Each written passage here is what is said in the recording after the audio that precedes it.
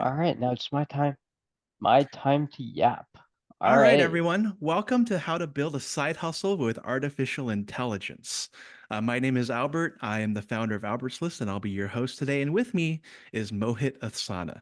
He's an entrepreneur, sales professional, and someone who's been playing around with AI over the last few months. And we're bringing this to you today because we know that it's a crazy market out there, but opportunity is flowing, even in the bad times. We know that in these times when everything costs a lot more and when employment is a lot more unstable, that looking at a side hustle may be one way to help you get to the next level of your life. And so without further ado, I'm going to go ahead and give this over to Mohit in a moment. As a reminder, please use the webinar chat and Q&A to ask any questions. And we'll also be having this as a recording. So if you do want to watch it later, we'll be following up through Eventbrite. All right, Mohit, thank you for joining us today, Cool. and we're going to hear from you now.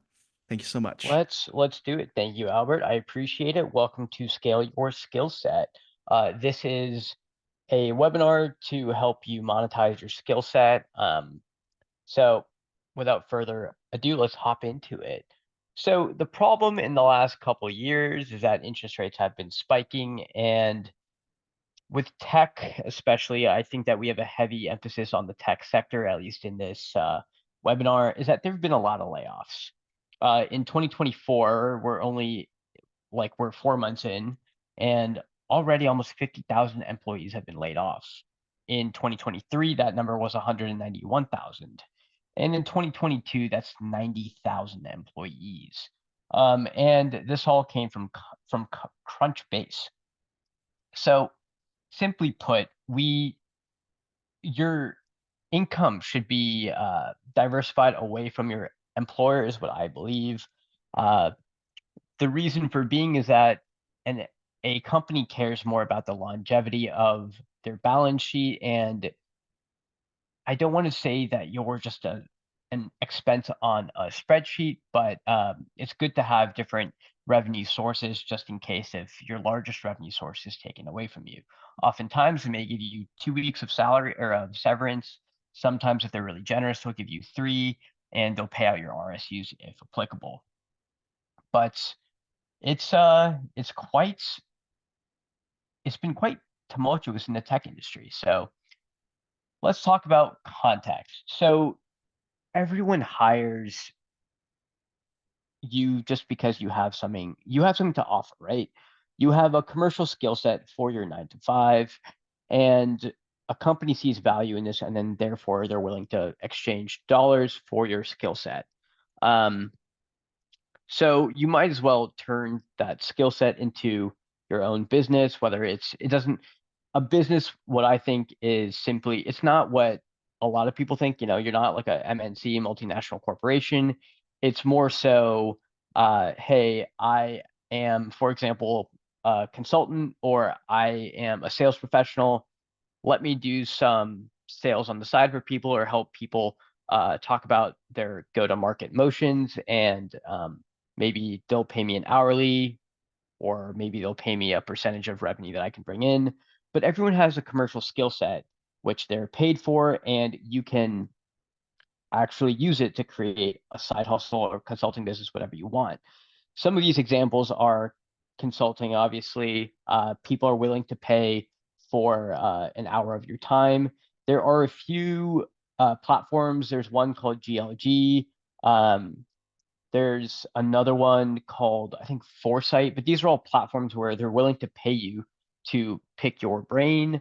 Um, when I was in New York City, I was paid to do some testing for whoever, and there's a bunch of these platforms as well. So these are just some examples. You could also do consulting on Upwork as well, where you have fractional work. It's how I'm currently utilizing my skill sets and how I'm making money off of it. So some some skills that could be um, concrete examples are consulting, products, content. If you're a content creator, whether it's uh, if you are like a news writer, like a technical news writer, for example, you write short stories. if you sell, anything like that is considered a skill set. So what is Scale Your Skill Set? It is a 6-week boot camp helping you launch a side hustle. So we talk about getting started with entrepreneurship, market research and development, and how you develop your offers to the marketplace, uh, building your infrastructure and testing them, scaling and measuring success. Like, so what are some KPIs and how are you going to iterate upon that? The framework, which is automate, delegate, and execute, defining and getting customers. So you're talking about who do you think is a good customer for your business and how are you actually going to get them. It's great if you have ideas. You could say, hey, I'm an elite coder, but at the end of the day, it's all based on distribution. There's often a fallacy that I see is that if you build it, they will come. So it's more about the distribution systems. If you own distribution, then you can make a fair amount of money because you can reduce your marketing spend or your customer acquisition cost. And then we'll talk about ultimately like building a small business, how you can scale, and sort of like once you've achieved a hurdle of success, what do you have to do to get, um, how you can legitimize it, what type of things you may need to actually make it your main hustle. So about the instructors, Albert obviously is the founder of Albert's List, and he's a product marketer. Albert, you want to chime in, talk about some other things that you do? Now's your time to brag about yourself. Well, thank you for that. I am the founder of Albert's List, where many of you met me over this community. Been running Albert's List for about 11 years. I use a little bit of AI here and there to run the business, in particular with event copy and so forth. And by day, I am in product marketing as well. So I work in tech and have this as my side project. Thanks so much. Yeah, so this is one example of a side hustle. So it's quite relevant today. So my name is Mohit. I'm a real estate investor. I'm an entrepreneur, I guess, and I've been in tech sales, working for late stage and public companies for the last 6 years. So let's talk about. I'll take a couple minutes to just talk about me, what I did. So I found I don't want to say calling to entrepreneurship, but I always had an inkling as a salesperson. The first time that I had my own little business, if you want to call it, was in college. I um, I would go to marijuana is now legal, so I used to smoke some marijuana back in the day. And then when I would go to the smoke shop, I saw that they would be selling a tobacco glass pipe for call it $90. And I said, wait, that's not $90 is a lot. I'm pretty sure that I could find this cheaper online. So lo and behold, I would go to AliExpress, DHgate, Taobao, all these um, sites that had Chinese manufacturing companies online on there. I saw the same pipe or similar pipe for 20, $25. And then I would invite my friends to hang out and they would say, hey, this is pretty cool. Where did you find it? And so I was like, hey, like I'm able to get these. Would you like to buy it? And I would sell it for 50 or $60, which would undercut the smoke shop. And I found that there was a gap with market demand. So that was kind of my foray into entrepreneurship. I started my first company when I was 22. It was called Illumably Media. Illumably was a sort of like an ad arbitrage. So back in 2017, when like clickbait was a thing, we were able to get free traffic from Facebook and then direct traffic to our um, our website and get paid off ads. I'm now 29. I've bought some real estate, so that's a bit of a side hustle too. And then I recently compiled all of my learnings in real estate into a book that you can buy on Amazon. It's called the Mo Money Manifesto. And then for my day job, for my W-2, as they call it, I've been an account executive and in business development for a wide variety of companies. So this is all great. This is fantastic. But the nature of my experience in the last, call it 3 years, since 22, or 2 years, I guess, layoffs suck. Comment if you've been laid off from your previous gig or in the last 3 years. Layoffs suck, don't they? Oh, wow. Yeah, a fair amount. And when you were laid off, how did that feel? Please type it in. It does suck. Yeah, you're right. Distressing, scary, frustrated, exhausting. Why do you think it felt like that?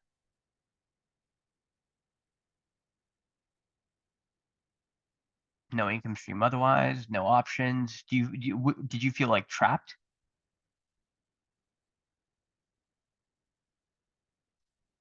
Less money, more problems, yeah. Social pressure, yeah. I agree. Yeah, I mean, it sucks. You feel betrayed betrayed by your employer who, they sought you out. A lot of the times it kind of like the saying of, "Hey, we're a family" is kind of nonsense. And yeah, I mean, it sucks, like, your income stream, it goes away. So, I've had 4 different employers in the last 4 years. I've left, 1 company voluntarily, and then I worked for Series C and D stage startups, which, which, I thought, "Hey, like, they seem to have their stuff together. They have a product that people wanna buy. They have their go-to-market offering pinned up, and now they just need salespeople so that they can fire that cannon and, try and make some money." Unfortunately, it didn't work out that way. Most of the employers that I've had, the narrative seemed to be the same, where they were VC backed, they had low interest rates, and they had to deploy their capital. And then in 2018, 19, and 2020, they all had to grow. Then they hired a bunch of people, and then unfortunately, their unit of economics were not profitable. So they go up and they come down very quickly, which sucks because they're very selfish and they didn't really think of the people that they're hiring. So I was very lucky that the same recurring thoughts when I got laid off happened was thank God for my real estate because that always pays me month over month. And then the other online hustles that I have, they're always there, and I'm divesting my income streams away from my W-2. And I'm always testing new different side hustles, new different experiments. So currently, some of my different tests are Campus Career Concierge. It is a job application service tailored towards college students with the universities paying for it. And then I had a B2C offering called Try Apply Assist. I have Next Day Underwriting, which is an AI multifamily underwriting tool that I'm building with my friend, and Sprint to Sales is a sales consulting company that I'm currently doing. Um, so I mean, when life gives you lemons, you have to somehow find lemonade, and it takes time. I mean, if you got laid off, it's okay. Don't get beat up over it. Try and take some time for yourself. But remember that you have a lot of skills. Like it all goes back to you have to keep yourself afloat, and a lot of it's attitude. And what I've realized with all of these different experiments was it's all just a formula.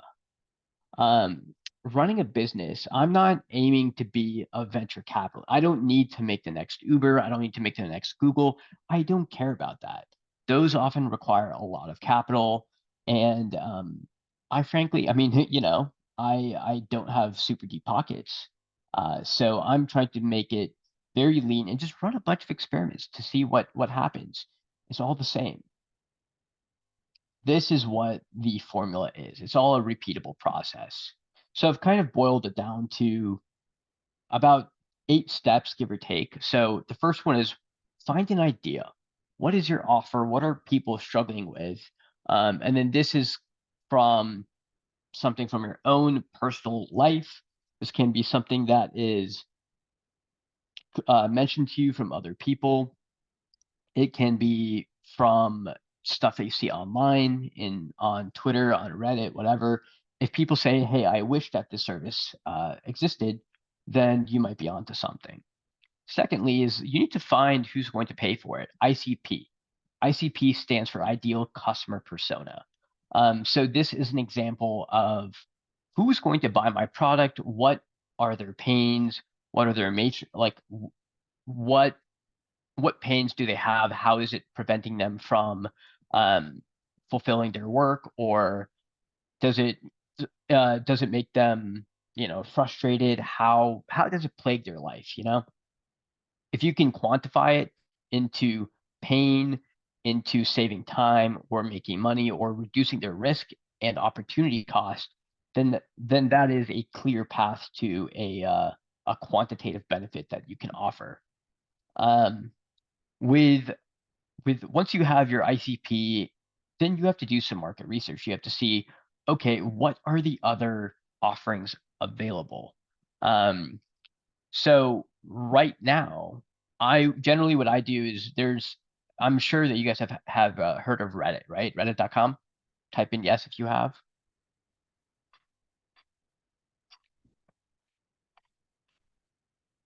Okay, so Reddit is great. So oftentimes there are different subreddits where people lurk, they hang out, and these subreddits are often a gold mine of different ideas. I'm just curious, like what kind of subreddits do people hang out on? You don't need to be super specific, but what type? You can put that in the chat. All the clubhouses out there. Okay, thank you, Trevor. Health related. Okay, Nicole. How to do illegal stuff. I don't condone that, but um, okay. So when I go on Reddit, I tend to, oh, nice, e-commerce, product management. So it's kind of it's very like professional related, and it could be on the fringe, weird AI stuff. So oftentimes, like you'll have these, like Reddit is great because you can hear your users. You can see what like what potential users like, what kind of problems they have, and they'll talk about it, and it's an open forum. And this is great because this was literally giving you messaging of what these people are struggling with. And these could be people that, you could eventually sell to, or reach out for initial product feedback, stuff like that. Fun fact, I've met some of my investors online through Twitter, through Facebook, and even one through Reddit. So if people tend to discredit Reddit, you're not hanging out in the right subreddits. So once you have that market research done via Reddit, I like to set up different landing pages, and just kind of send traffic to it via, if you have a large budget, via Facebook ads, or cold email is really easy to set up. And then step number 5 is you find your first 5 to 10 customers, your initial sample size, so that you can get some case studies, document it, and just get feedback. Step 6 is reiterate messaging based on feedback. So my preferred email, or my preferred method of communication, is via cold email to get initial customers. David, I'll get into like where I set up the landing pages. There's a bunch of different tools out there. So I reiterate messaging based on my feedback by, hey, like we're not interested in this, or the cold emails will often lead to calls, and then on the calls, I'll take some notes of like, are you interested in this? Are you not? If you're not interested, you have a friend that could be interested in this. Once you get a couple customers, then you can start to develop a process after the sale. And once you develop that process, you want to standardize it after some time. So what I like to do is create a standard operating procedure, which is a step-by-step sort of document that talks about what are the expectations, what are the tools involved, what's the exact process of how you do something. And I'll often do that with a Loom video too, so that this way I can create the SOP, and then it's a living document. And then when I need to scale, which is step number 8, then I can hand that SOP, or standard operating procedure, to a virtual assistant. To a VA is just someone who is overseas, where you pay them a fraction of what a U.S. employer would do. And VAs are very important in most of my businesses. So this is the same slide, but just in a more boring fashion. Um, so let's talk about this. One major thing is choose the game that you want to play. Uh, think about a venture capitalist, right? The way that venture capital works is that they have a finite number of dollars that they have to deploy into different opportunities, right? Their whole thing is that I need to either 1,000 exit or it goes bust. Um, yeah, and you want to play the game that you're in control. But the main thing is that a VC will always test out different ideas. So what they'll do is they'll invest, small checks, 50, 100 grand. It's small for their fund where they'll have a lot of different allocations, and hopefully one of them will 1,000x. The way that I go about this is I'm not a VC with money, but I'm a VC with my time and with my efforts. So once I have this customer acquisition engine going, if I'm able to create a repeatable process of doing outbound sales, for example, to try and drive my customer, that's my skill set. I can go and find a different product or service that I can outsource that development to, or development of, excuse me, and uh, and all my job is just getting customers. That for me is my strength. So I need to choose the game that I want to play. So you have to find something that it ties into your strength as well. One other thing that I want to mention is that my background is in B2B. You could do a B2C offering, but you need to decide, okay, like what is the amount of what's the payout and what's the amount of effort it's going to take to actually get a customer. Have you guys ever heard of something called LTV, lifetime value of a customer? Type yes if you have. Okay, Shaban has. Okay, cool. Cool, fantastic. So it seems like, and has anyone heard of CAC, which is customer acquisition cost? Cool, amazing. So it's growth design here. Yeah, exactly. Okay, so let's talk about the customer acquisition engine.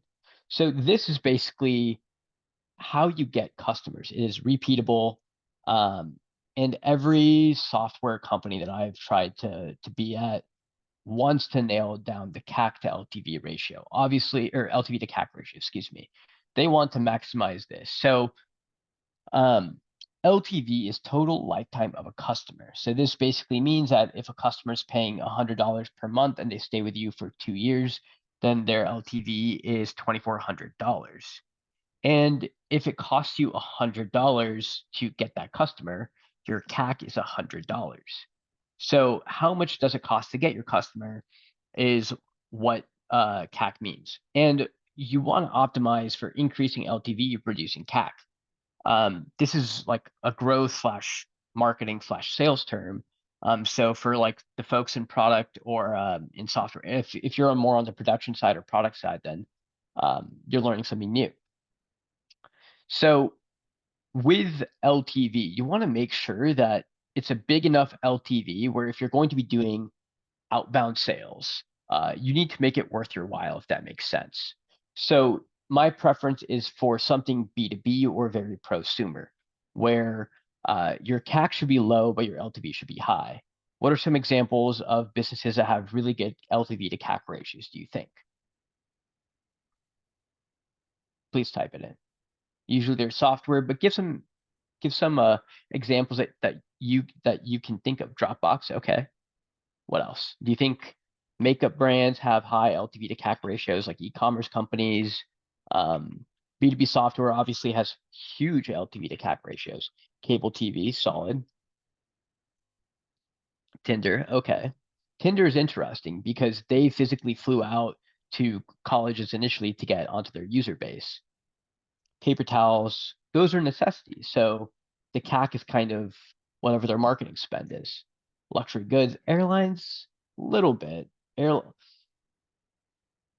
Tinder me, interesting.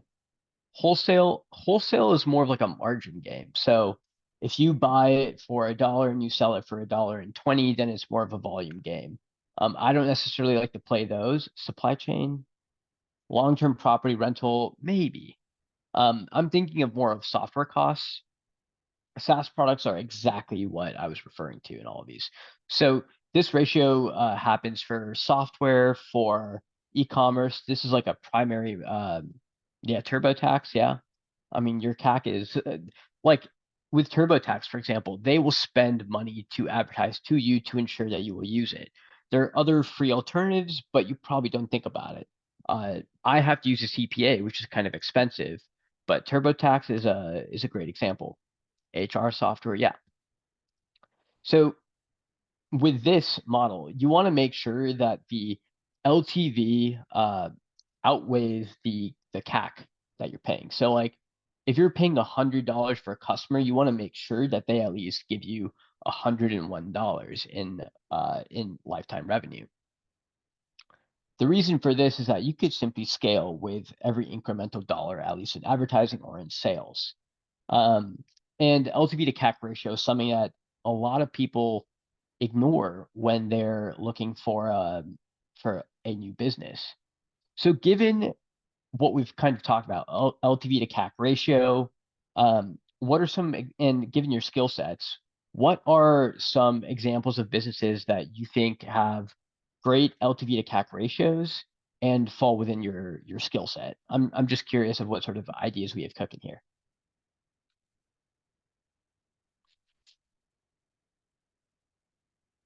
Website management.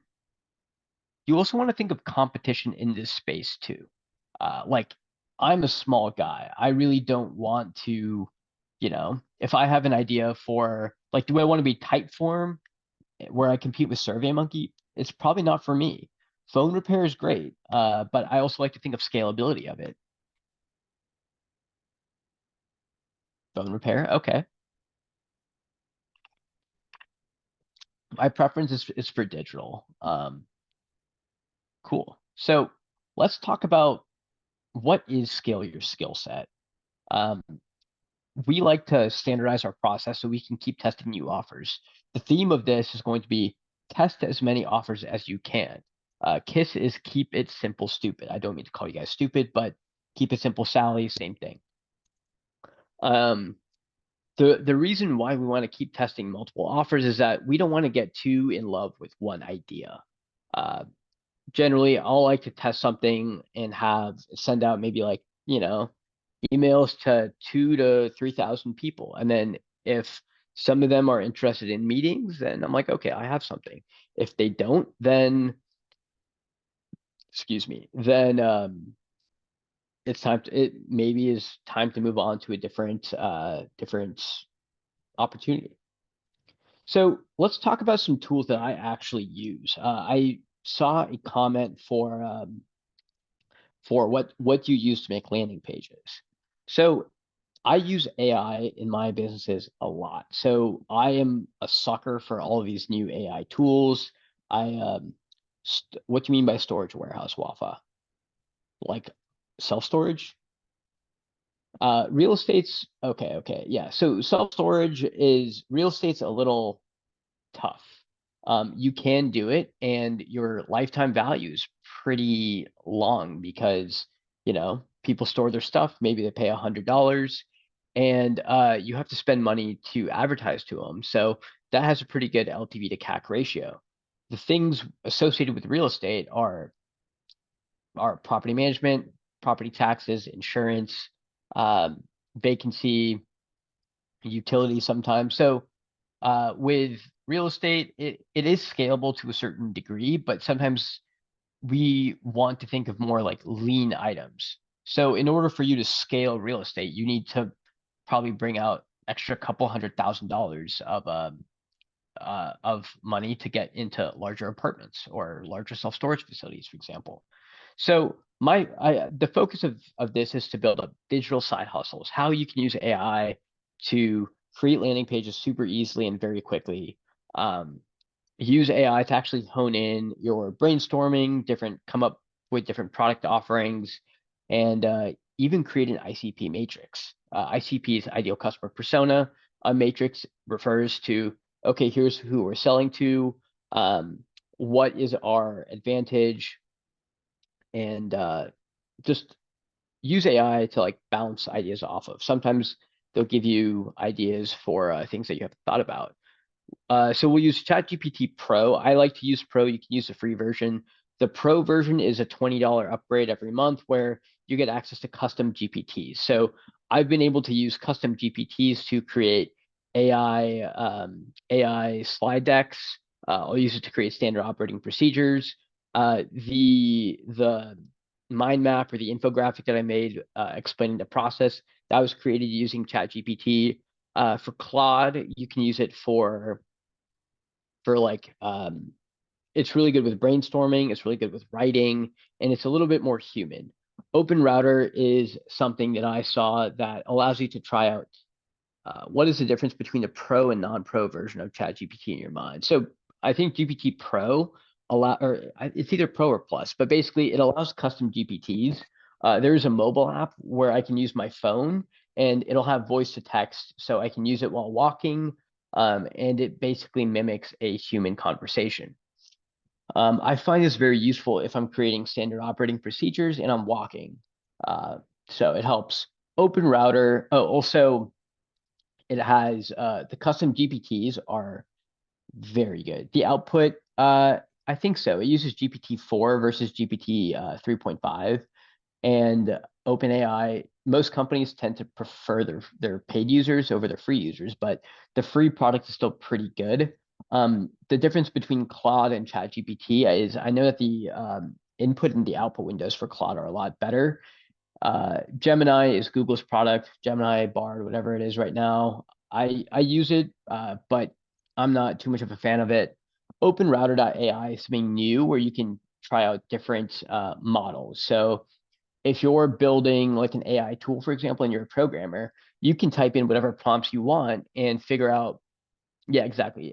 The prompts highly Gemini is Google's version of ChatGPT.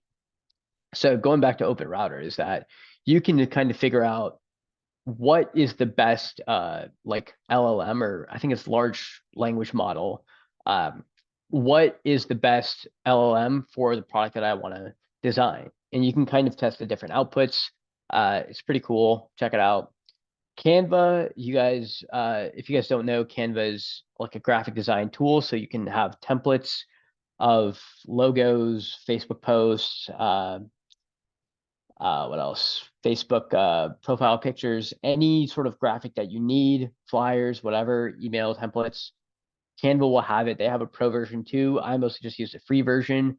And for the website, I like to use Carrd, card.co. We'll type it in to everyone. So yeah. So I mean, with AI tools, it's all about prompting. And there's a bunch of cheat sheets on it, but play around with it. I mean, the product is free, so play around with it. I highly recommend that. Card is it's a tool to help you build websites. So what I'll do if I have an idea, for example, like with a Campus Career Concierge Next Day Underwriting, these were simply templates that I'd either found on the Card website or on Card's template library, or they were templates that I paid, $10, $20 for. And I'm able to use this over and over and over again. And then I can simply, if I have a new idea, I can clone this idea or clone the website, create a different landing page, if you will, with the different idea. I can go to Namecheap and I can buy the domain, and then I set up that domain. Card is there's a free version of Card, but I pay like $48 per month or per year, excuse me. So it's like $4 per month, and I have unlimited idea or unlimited websites that I can do. And some of these may be a little paid, but it's for me, I think it's worth it for someone that's testing a lot of different ideas. And then templates, you can find some free stuff, you can find some paid resources. Have I ever asked ChatGPT or Gemini or any other AI tool for guidance on acquiring a skill? It depends. So what I'll do is I'll think about it depends on what you're really trying to do. So the way that I use AI is that I generally have an idea of what I want to do, and then I'll ask it, I'll construct my argument within the chat window, and I'll ask ChatGPT, hey, on a scale of 1 to 100, how would you rate this answer? Here are 5 different rubrics, or 5 different, I guess, indexes that you can score on, and it'll give me a response. So you can also use ChatGPT in this fashion when you're interviewing as well. So you could say, hey, imagine you're interviewing as a PM, give me some questions that a PM is going to ask, and you can kind of use it for practice for interviewing. This is one example of it. Also, going back to the webinar, outbound systems. So there's 2 ways of getting customers. So either you can go outbound or you can go inbound. So inbound is usually marketing, word of mouth, referrals, etc. Marketing takes a lot of money to actually have a successful demand gen engine. So if you're going to be spending money on Facebook ads, I would earmark at least a couple grand. But since we don't want to spend too much money on it, my preferred tool is cold email. It's stupidly cheap, and I pay about between $1.60 and $3 per inbox, and I'll pay for domains. So say you want a job but don't have a degree or proper credentials for it. Can AI point you towards those skills? It all depends on what you're trying to actually accomplish, because for example, like if you're a self-taught programmer, I mean, I'm sure that once you have a couple projects on your GitHub, then and you're able to like demonstrate a background of, hey, I know how to launch projects, stuff like that, then I think that it's a little bit different. Engineering, it's all a case by case basis. I wouldn't really know that because I've never hired for engineers. Um, yeah, it's good to have certifications too. HubSpot, IT, stuff like that. So going back to the outbound systems, so you have a cold email. So I actually use a reseller in India to get cheaper domains. So if you use, if you want to send emails from Google Workspace, yeah, it is expensive. So they will charge you about $7 per email. I have contacts which will charge me between $1.60 and $3 per email per month. And then the system that I use to send emails, it's called Inbox Rotation Tools, is called Smart Lead. There's one called Instantly. There's one called Salesforge. These are all tools where you can send emails in bulk, and once you have it set up, it's pretty much on autopilot. And the point of this is to get a very cheap outbound system. So it kind of all goes back to LTV to CAC ratio. My goal is to keep my CAC extremely low. So that's why I like, yeah, I can definitely share it. Will ChatGPT lead to market saturation by enabling lower skilled labor to perform jobs that quickly I don't know. I mean, I really don't know how it's going to be. Yeah, instantly.ai, you have to use smartlead.ai as well. I love SmartLead. I don't have any money that comes out with it. I've used Instantly in the past too. Brandon, you seem to know your stuff. So I don't know if ChatGPT will lead to market saturation. From what I see is that in a lot of my Upwork postings, uh, I value people who use human, like it makes it seem like a human. I kind of know when something is ChatGPT written. Am I offering something to customers to acquire their emails? No. So what I do is I just cold email a bunch of people.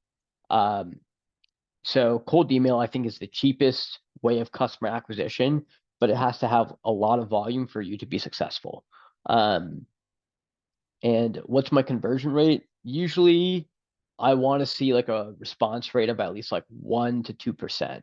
Like the conversion rate for cold emails are pretty low. You can also try cold calling as well, but I mean, depending on how you are and what kind of offer you're calling for. You can also use, for customer acquisition, you can also use Facebook groups. But the primary thing that I've done is, do I take into account cost in not not really, because most of the time my customer acquisition cost is it's just my time and my software. So for example, like for Smart Lead, I pay about $100, and then for my emails, I pay maybe like between $10 and $15 per month. So my CAC isn't really that high, assuming that like an average contract may land me like 2 to 3K per month. So it's pretty good. You can use ChatGPT to ask to write a syllabus. Um, I don't know if it's enough to place professors. The thing that you have to ask yourself is that what edge do I have versus just someone overseas that has ChatGPT as well. And then going back to the presentation, um, once you have a couple customers and you've done your first kind of like method of you have to do the manual work initially to get down your processes to iron out the kinks in your system. I go and recruit VAs. Once again, virtual assistants are overseas labor that you can pay a fraction of the price of a US employee, and generally they're very competent. I'm hiring people in Nigeria for like $350 who are college educated people to do stuff like admin work, customer follow-ups for emails. Um, I even used a VA to apply for jobs for me, so it's pretty solid. Now let's talk about examples of side hustles. One of them is programming apps, uh, independent recruiting companies, sales consulting, content creation for UGC. UGC is user-generated content. So if you're on like TikTok or Instagram and you see the selfie style videos for ads, then that's one example. How can you use ChatGPT to attract customers and make them your customer? Chat GPT. I don't know too many programming AIs. I know that there's Devin, but I'm not a software engineer, so I what I do for any software uh, any software product that I'm trying to launch is I generally partner with a software developer who will then use Chat GPT to you know streamline their workflow. You also can create any sort of consultancy that you have. So, for example, if you're I saw someone have a fractional CTO or CFO business. That's a financial consultancy. It's a huge demand, and then you can go outbound if you create a specific niche. And then you can also do freelancing as well. That's an example of a side hustle. Yeah, exactly. Clint is on that money. So who is scale your skill set good for? It's you have to have a commercial skill. You have to be an entrepreneur at heart, and you need to be willing to test new strategies for customer acquisition, positioning, and fulfillment. Um, and you have to be not new to starting a business, but you have to be willing to try and be entrepreneurial. You also should be proficient with technology, but we can always teach that. And you want guidance every step of the way. But the most important thing is that you have to be committed to actually taking action. Yeah, Whisper and Copilot are two things as well. So, well, type in yes if you guys think that if this would be a good fit for you guys. Like, I'm just curious. I mean, how many people are online right now? We have 97 participants. Type in yes. Okay. Okay, Rishabh Scott, solid, solid.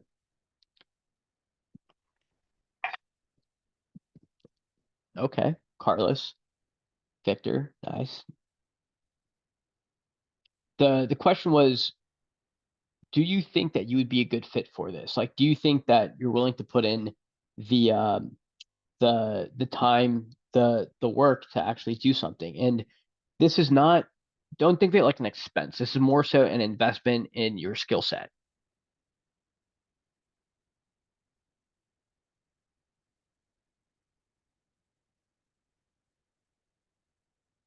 No, so the guidance is from us. So this is a 6 week boot camp where we'll have um not sure what you would do as a product marketer. Well, you could be a freelance, like you could run a product marketing agency or a consultancy where you could talk to indie hackers and either partner up or you could charge a retainer to actually help market their product and go to market.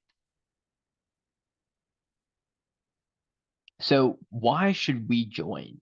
So this is a cohort focused boot camp to actually launch a side hustle. In a lot of these courses, uh, you won't necessarily get it. Usually it's just like a video course, or maybe you'll have calls. But here you'll have accountability, will help you actually execute, and you'll have a community.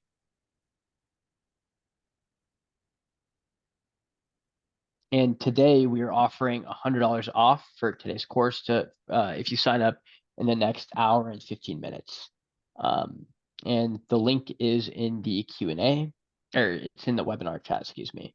So the reason why we harp so much on accountability and community is because entrepreneurship is a very lonely journey. There's not that many people that have the patience to actually see something end to end. So let's talk about actually like what's in it. So we have about 4 modules. This is spaced over 6 weeks. Module number 1 is finding your strengths to sell, and more efforts from your time. It's figuring out, okay, what's a business that aligns with your strengths and increasing that LTV to CAC ratio. Module number 2 is researching an offer based on the strengths that you have and what are some good business ideas. Uh, Identifying customer pain. So we show you, okay, here's how you go online. This is what customer feedback looks like in an organic marketplace. And how do you price your offer? Because that's very expensive. My rule is that we'll start low, but then eventually we can get higher. Or what you can do is start high, and then you can eventually drop down your price with discounts or any sort of thing. Oh, they can't click on the link. Okay, odd. Module number 3 is you talk about how to go to market and test your offer. So it's setting up a landing page, setting up cold email, going through our little tech stack of cold email, how we can write emails and kind of like what the format is for generally what I've seen from my experience in tech sales, and how we can get a couple customers for either a trial or for just feedback in general. And then number 4 is testing your offer, and hopefully you could scale and become a legitimate business. So this is a good fit. And how are we different? I see a lot of folks that are saying, hey, like, I want to create a side hustle. We leverage AI. It's very low risk. It's If you think about it, it's only a couple $100. I believe that the pricing right now is 247, if I'm not mistaken. So for $250, you could either blow that in a weekend going out for drinks and food, or you could learn a skill um, that will help you make that money back. But then you develop the skills to keep testing offers so that eventually, if you don't quit, then you'll find something that works. And then we'll have office hours and actual deliverables as well. So the deliverable will be a website that you can create, a cold email system where you're actually sending out emails as well. Pricing, special pricing, we have the online webinar discount, which is $247. So use both. Albert had put the link in the chat. So we're only offering this pricing for the webinar only. It's $247 right now, just for this until 7 p.m. After that, it'll hike up about $100 at $347. And then I think after some time, we will cut it off, and $447 is the regular pricing. And so, just to be clear for everybody, this is $247 for a 5 week boot camp or 6 week boot camp, 6. where we'll have 6 regular 1 hour sessions plus office hours with both Mohit and I. Plus, if you're in the San Francisco Bay Area, an in person meetup where you get to meet other cohort members, talk things over, and really share war stories. And so, really at the end of the day, right, if this is your first Albert's List event or one that you've been to before, you know that one thing that we do here is, as Mohit did a few slides ago, we reveal what it is exactly that you're going to be doing, the AI tools that you'll be leveraging, and the uh, and sort of the process as which we'll teach you. I don't hide behind smoke screens. I try to make it as visible as possible for what you're doing. And then, really, what it is at the end of the day that I've realized, whether it's job search or your boot camp, is that it's all about your ability to be held accountable, to be in community, and to be with people who are going towards the same path as you are. So, um, it's a chance to build that extra income, build that business, I try not to do the hard pitch here, but I definitely want to help you out if that's something that you're facing in today's crazy topsy-turvy market. So feel free to use the code that we have here. We can extend it for a little bit longer after the webinar is over. And yeah, if that's something that you want, let us know. And if it's something that Yeah. you're still think about, we're rerunning this webinar again next week. So I can share that link if you want to come back and hear Mohit speak to this again next Thursday. I'll go ahead and share this here. Yeah, share it. So the link is there. I would act now. I mean, the discount, how many people are on it? The 76 people that are still on it. I mean, you guys should act now. At the end of the day, we love to help people to get ahead. I mean, layoffs suck. The only way to reduce your risk is to have a side hustle or to have other income streams. And a lot of people, I imagine, are not blessed with family money where, where their families just are going to take care of them. So it's up to them to actually create a side hustle. And the best thing is that it's very low risk. The only like at the end of the okay, so say you take this, the happy path is that you take it, you're able to deploy an actual business from the skills that you learn over the course of the boot camp. And the best part is that say if you run a software consultancy agency and you charge $250 for 1 hour of your time, then you make it back. I mean, the thing is that we help give you the infrastructure. The pricing ultimately is up to your discretion. And my advice is choose something that's very high LTV and very low CAC. And we're showing you how to reduce your CAC via cold email. Thank you, Nicole. We appreciate that.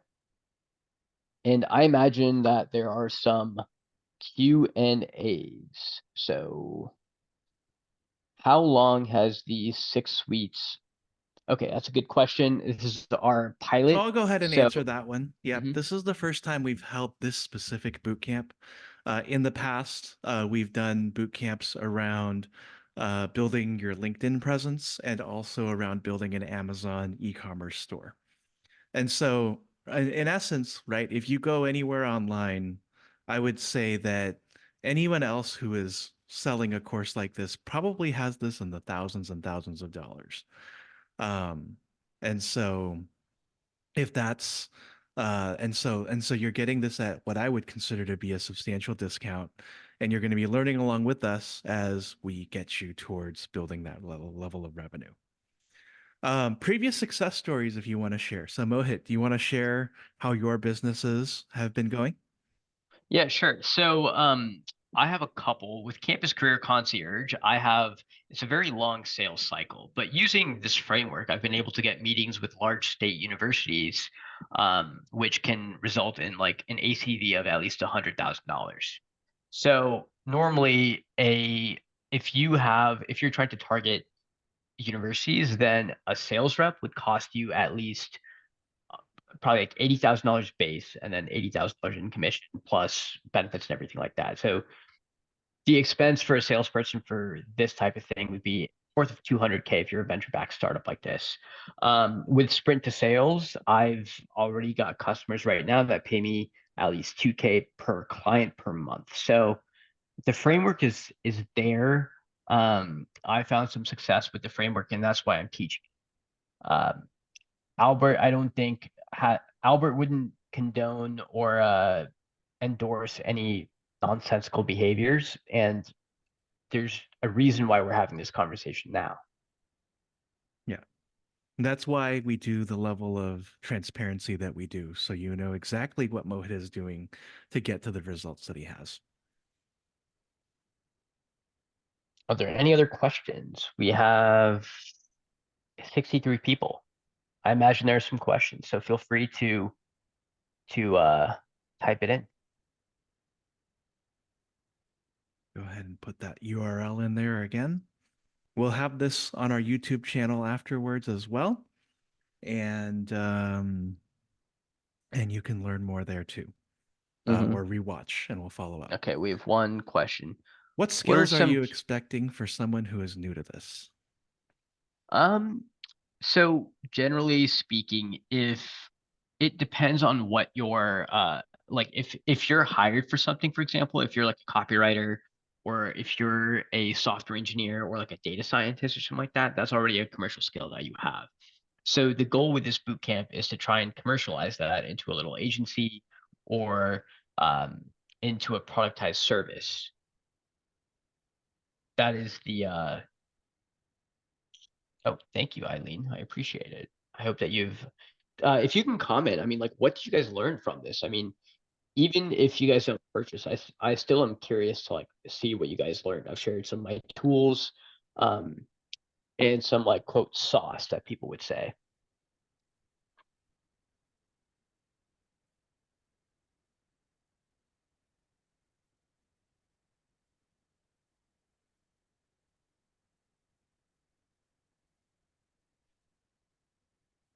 So the fee is for the next, I think, hour and a half, it's 247.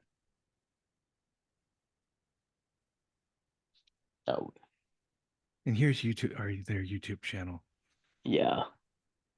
So Yeah. what about something like design where there's heavy competition? With design, it's you have to figure out who is going to pay for your service. So finding uh finding your niche is very important. And you also have to be very like conscientious with like what who you're going after and making sure that they have money and that whoever you're targeting is not going to probably use AI to utilize it themselves. And then you in turn should use AI to help give better deliverables to them. I learned that initial barrier to start is something is not as bad as we look. Okay, cool. Yeah. The whole point, I mean, as technology has been more accessible, how can I get in touch with you later? Um, connect with me on LinkedIn. I think my LinkedIn should be, Let me link folks to it. yeah, I typed in my LinkedIn, but connect with me on LinkedIn and then I hope that I'm approachable. What else? We have another question. How many legit ideas do you think you have to start? Do you have to start the boot camp? I mean, it depends. Like what, like the idea for Campus Career Concierge originally started out with, I did not want to, I was applying for jobs after I got let go. And then I was like, well, this sucks. And it's kind of a very like rudimentary service that I can offer. So I had just kind of, I was like, well, this is like why am I spending a bunch of time with this when this is like a $2 to $3 an hour task? I should be focused on the $1,000 an hour tasks. And so I basically boiled it down into a process. And then I hired someone on Upwork for about $3 an hour. And I I taught them. We hopped on a couple calls, and then now I have someone that's applying to jobs for me in the background. They apply to different Upwork contracts. They'll also send emails on my behalf, and they try and solicit business for me. So that is one example of like, okay, what's an idea that you have that has resulted in a side hustle, and it's exactly what I've done. And then that's how people heard what I did, and then they were like, "Oh, can I pay you to have someone apply for jobs on my behalf?" Because they didn't want to go through the training or going through the sourcing of talent. Um, and then the way that I came across Campus Career Concierge was I looked at LTV to CAC ratio. Try Apply Assist was B2C. I wanted B to EDU because universities have money. The sales cycle is a little bit longer and is a little bit more sticky. And for me to get in contact with them is not very expensive. So if I was spending, call it like $40 a month on software, but a contract can easily be at least 50 to $100,000, then it seemed like a pretty no-brainer for it. How much work per week? If you have an idea slash niche, we'll do about an hour. Please share more insights. How long did it take to acquire customers? How long did it take to generate revenue? So I'm still in the sales cycle. I've generated a couple $100 from Try Apply Assist from a couple of people in person. I've met some people online as well. It's maybe at least a couple grand. How much work? Yeah, Albert has done that. We could do like a Telegram chat or I don't like LinkedIn as much. Someone mentioned, okay, I have some work done in Nigeria to save money. How do I do quality control? Um, it's so I have a friend that's based in Nigeria, but the big thing is that you have to outline expectations. Like my SOPs are very, they're kind of like, I don't want to say idiot proof, but I outline everything that I can think of. And then I also have a video going over what exactly I have expectations for. And then oftentimes, like I communicate via WhatsApp. So if they're like, hey, we need to, like, I have a question about this, I hop on like a 15, 20-minute call so that we can iron it out. So how do I ensure quality control? One is great expectations. Two is amazing documentation. And three is that you have to be accessible within the first couple weeks, like 2 to 3 weeks. And then hopefully by then they have sort of an idea. It's the same thing if you're hiring a new employee for your W-2 job. What other questions do we have? We're a little over time, but we'll just stick around until 6:10, 6:12. What other questions? Yeah.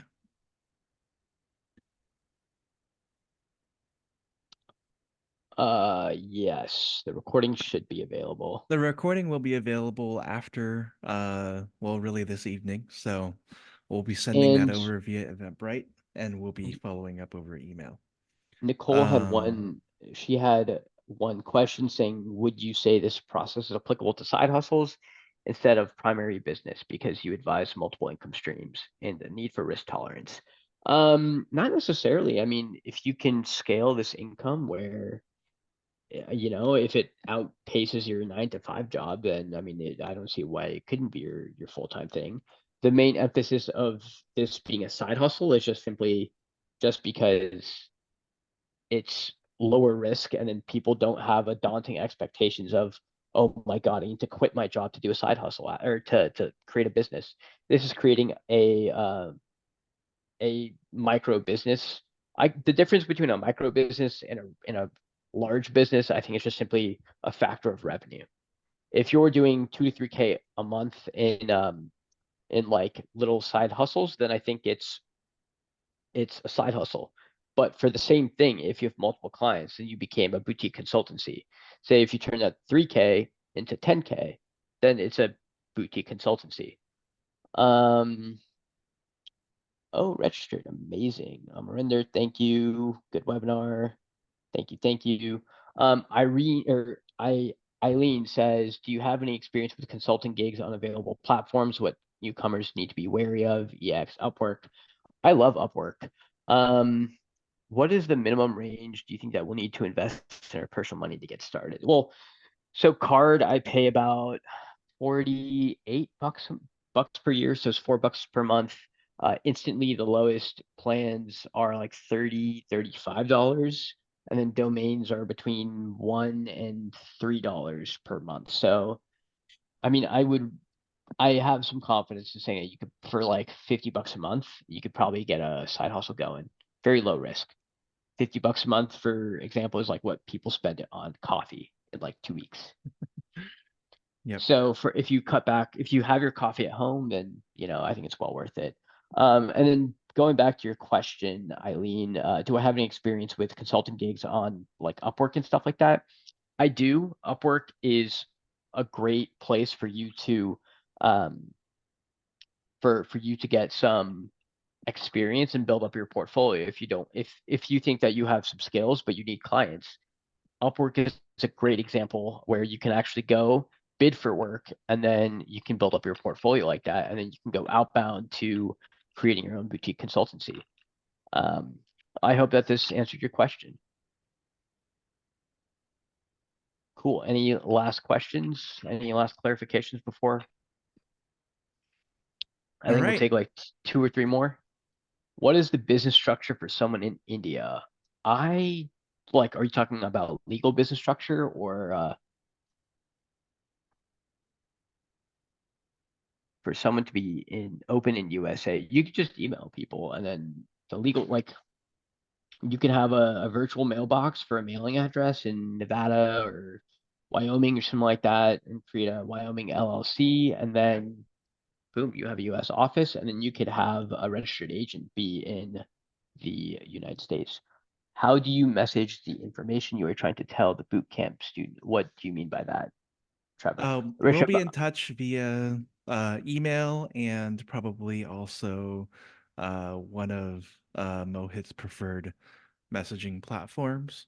hmm And then committing per week to the boot camp. So in class, you'll be doing this for an hour a week in class, or a little bit more, hour and a half, and then an hour into the office hours, and then however much you want to do afterwards. How do we teach the information? So we teach via presentation slides. It'll be individual Zoom rooms like you're in here right now. Um, and will be available for conversations on the side as well. So Yeah, yeah, and there will be homework. I mean, um, homework is very important. Where that the by I mean homework, I mean like, look, you guys are paying information, or you guys are paying for information. and Uh, accountability mainly. yeah, and accountability, but like, what good is all this information unless you take action on it? So, um, that is the definition of homework. Um, and Trevor's asking, do we have any special guest stars that present their stuff? No, not yet. I can find some in my personal network, but that's not on the agenda as of now. Cool. We'll take one more question, and I think that we'll wrap it up. I think the final question that we want to ask is, in addition to the tuition that they pay, how much would you expect them to pay for AI services so that Oh, they yeah, yeah, yeah, can, yeah. yeah, I So think that's important.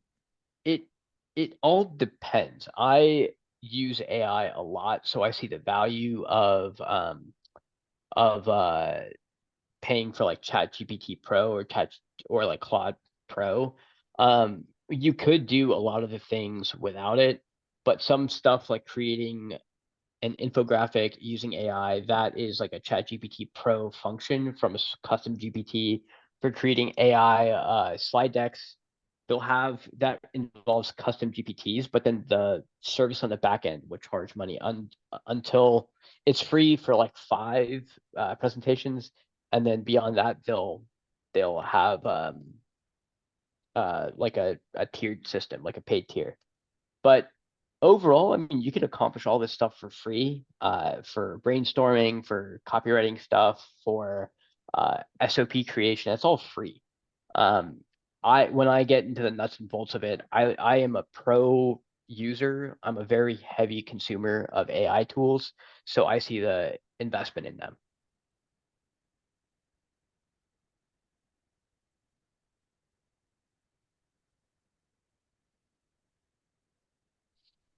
Cool. Is that it? Next steps? I mean, I Yeah. So let me share this sign up link one more time. I'm sure you all really want to see it. And we'll go ahead and follow up with all of you later on tonight. And I hope to see most of you there. Thanks so much, everybody. And thank you, Mohit. And we'll cool. be in touch. All right. Yeah. Thank Bye, you. everybody.